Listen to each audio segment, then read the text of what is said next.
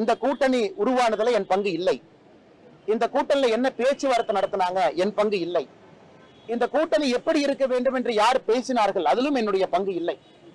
அப்படி இருக்கும் பொழுது என்னுடைய தலைவர் அமித்ஷா அவர்கள் சொல்வதைத்தான் நான் கேட்டாக வேண்டும்.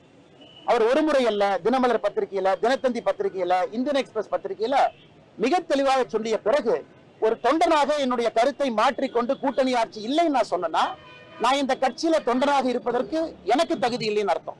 அதாவது என்னை பொறுத்தவரை தலைவர்கள் பேசியிருக்கின்றார்கள், எனக்கு அதுல பங்கு இல்லை.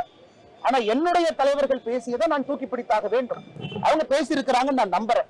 அதனால இதுல நான் உறுதிப்பட இருக்கின்றேன். என்னுடைய தலைவர்கள் கட்சியை கூப்பிட்டு, தொண்டர்களை கூப்பிட்டு அவங்களுடைய ஸ்டாண்டை மாத்தும் போது நானும் மாத்திக்கிறேன். இல்ல அண்ணாமலை என்ன ஏதோ பேசி இந்த கூட்டணிய உடைக்க பாக்குறாரு, பிளக்க பாக்குறாரு, 4 பேர் கிளம்பி வருவான்.